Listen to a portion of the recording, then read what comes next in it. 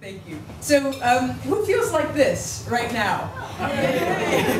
This is me, and I'm going to expose my soft, tender underbelly to you all tonight and share with you something I'm incredibly passionate about, which is using improvisation to save the world. Ready? Yeah. Okay, so improvisation to save the world. Improvisation, I'm talking about mindsets, practices, behaviors, originally from theater and being used all around the world now. And save the world, I'm talking about everything from connecting two people more joyfully up to world work. So that's what I'm talking about tonight. And I'm going to cover 3 different things. The first thing is about sustainability and how the current way it's being talked about is really crap. The second thing I'm going to talk about is organizations and their response to that crapness. And the third thing I'm going to talk about is improvisation and how that might be able to help bring those two together. So you might have noticed Al Gore or some of his crew getting up on a stage and pointing out data, like here's the data on water aquifers and climate change and things like that. Here's the data, we are all going to die, good night. And they leave the stage. And I've noticed something about my reaction. I want to hop into a huge Hummer and go shopping. Has anybody else felt like this? And I got curious because this is exactly the opposite thing we should be doing if we're honoring the data that they're telling us. And I got curious, why are we having this reaction? And it's because the way that they are talking about it is activating our lizard brain. And our lizard brain is the most primitive part of our brain, and it's about survival. And when we're afraid that we're going to have lack or attack, we go into it, and it takes over the rest of our brain. And that means that we cannot imagine in a very cognitive way a new way of being, and that's very dangerous. And you can see this in effect in organizations, because they're doing one of 3 things. They're either ignoring the problem, or they're making it worse by being very toxic in the way they use water and things, or they're doing something but it's not radical enough and it's not fast enough. All of those things are a problem. So we're kind of screwed unless we do something differently.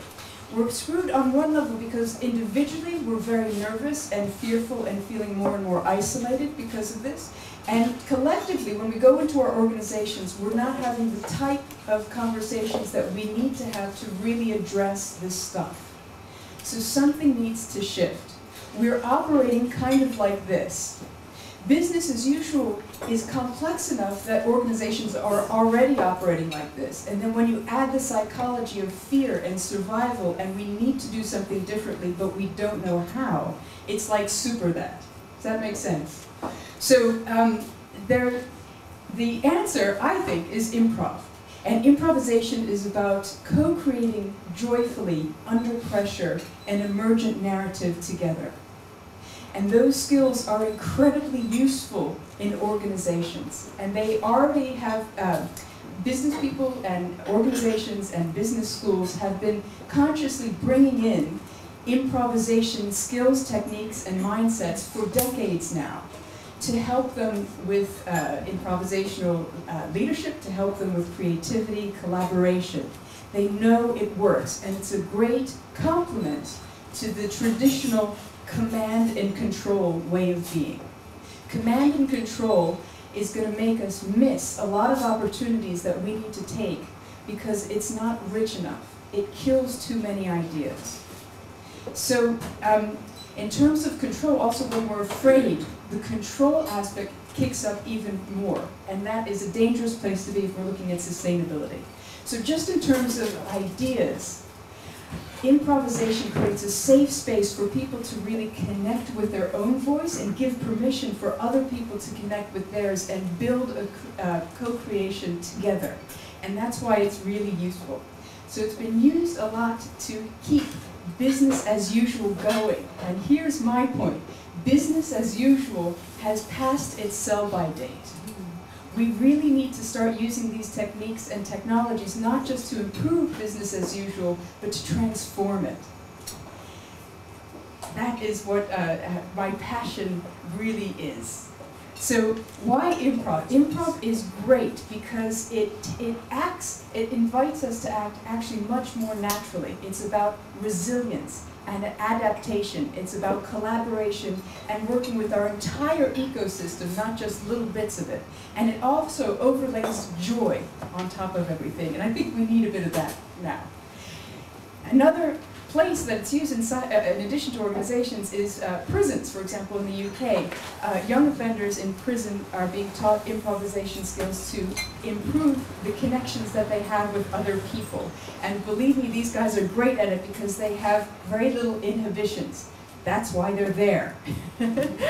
Another way that improv is being used in the UK is with charity financial directors.